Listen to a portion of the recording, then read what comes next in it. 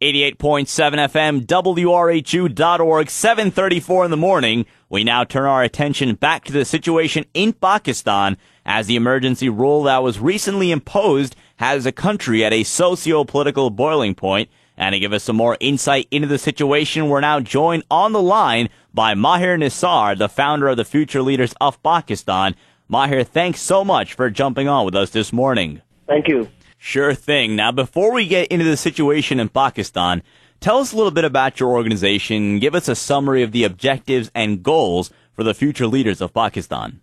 Well, the Future Leaders of Pakistan is actually meant to represent the youth of Pakistan.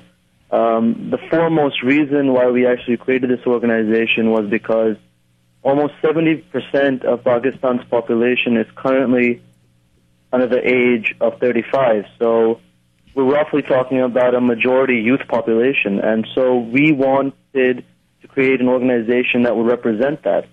And in doing so, the Future Leaders of Pakistan is not only a leadership initiative, but it's also a political advocacy group that actually works towards providing support to democratic institutions within Pakistan. And we're out to protect the civil rights and other forms of rights that exist in Pakistan at the current moment. Now, as the founder of the Future Leaders of Pakistan, you take a look at the situation with President Musharraf imposing emergency rule, which has pushed the country to a boiling point, if you want to call it that. Break it down for us who may not be as aware as to what's taking place in Pakistan. What dynamics exist in emergency rule, and how has this affected Pakistan since its inception? Well, just to correct you just beforehand, I'm one of the founding members. Okay. There are 8 total founding members of our organization. But to get to the point regarding the situation in Pakistan at the moment, yeah, you're right. It's totally a very critical moment in Pakistan's history. Emergency rule has been imposed on November 3rd, so it's been about 24 days now. And the reason why that President Musharraf actually imposed emergency rule is because he had an unruly judiciary. The judiciary had become independent within Pakistan. It finally started exerting its power and its writ. It started to protect the Constitution and actually apply the Constitution properly. And now, you see, with a dictator, he is a military general. And he took over in 1999 in a military coup. And given that usually dictators and democratic institutions collide, that is basically what we're seeing here today, is that basically President Musharraf does not want an unruly judiciary that will invalidate his election as the president of Pakistan. So at the current moment, we have a situation that the civil society, the media has become hostage to the situation. A lot of the core people are actually losing their rights as human beings just over there at this current moment. All the rights have been suspended under the Constitution.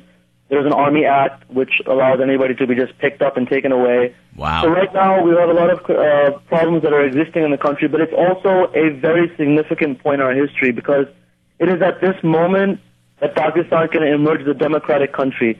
If we can fight off this dictator at this current moment, then at that point, then we can finally move towards a democratic country where we can actually represent our country finally and not have military coups consistently coming in and taking over power.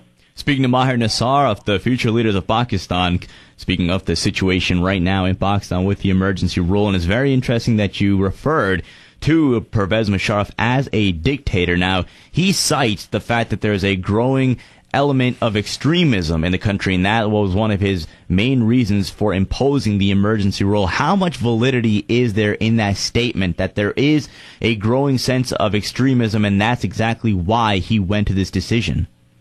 No, actually, the majority of Pakistan is a very moderate to progressive country. You can create extremism by imposing on anybody in this world. And within Pakistan, if you have a dictator that wants to hold on to his power and he will do everything in order to hold on to it, then, extremism exists. Let's take a look at what actually is happening. Currently, who is in jail?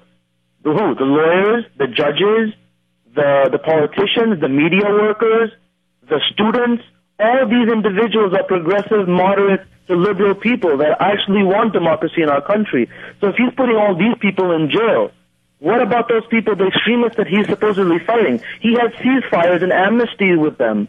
So we have to really question what exactly is he doing there.